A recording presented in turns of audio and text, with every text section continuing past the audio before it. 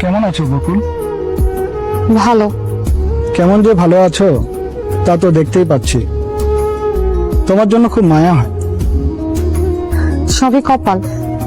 নিজেরে দোষী মনে করো কেন? তোমার কপালে হয়তো আরো ভালো কিছু আছে।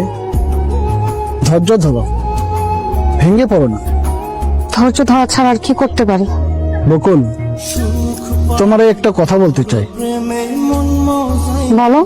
আসলে অনেকদিন ধরে বলবো বলবো কইরাও বলা হয়ে ওঠেনি। আচ্ছা, কি এমন কথা যা বলার জন্য এতদিন ধরে অপেক্ষা করতেছো? দেখো বকুল, আগেই বলে নেই, মনে কিছু নিও না কিন্তু। আরে মনে কিছু নিব কেন? আমরা তো ক্লাসমেট ছিলাম, বন্ধুদের সাথে সবই শেয়ার করা যায়। বলো।